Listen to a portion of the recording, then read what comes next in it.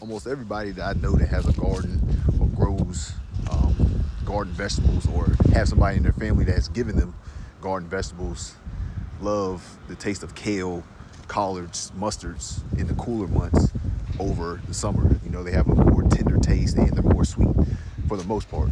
But as far as they love cold weather, I'll let y'all be the judge of that.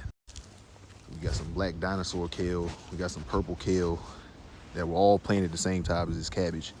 As you can see, as soon as they got cold, their growth stunted and stopped. I was still able to eat from it until the first snow. Once that first snow hit it, this is what you see. Just completely stopped everything, knocked everything down. But as you can see with the cabbage from yesterday's video, it's still good. But with that experiment, of course, I'm still gonna have kale in my garden for the cooler months from, you know, late July, August, September, October, November, December, into the beginning of January. But like I said, after the first snow, kale can't handle it. So with that information, I know I'm going to be putting kale into my greenhouse as I go into my real cold months and when we start to get snow on the ground. My cabbage I can keep out here. The Brussels sprouts, my purple Brussels sprouts actually did pretty good, better than I thought, even though they still stunted and obviously, you know, went dormant. I'm gonna keep them along with the kale and cut them back just to see what goes on with it. I'm not gonna cut this one back. I'm gonna keep it and see if she'll sprout back up. But you know, it's still experiments. And then you still have my turnips. They absolutely do not like cold weather. Even though I still got, god damn, her in the ground, basically keeping it as a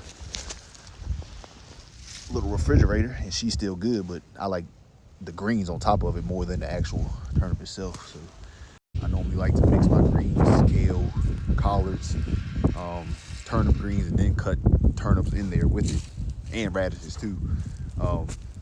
But yeah, like I said, as far as loving it, I wouldn't say they love it. Not in Virginia, at least.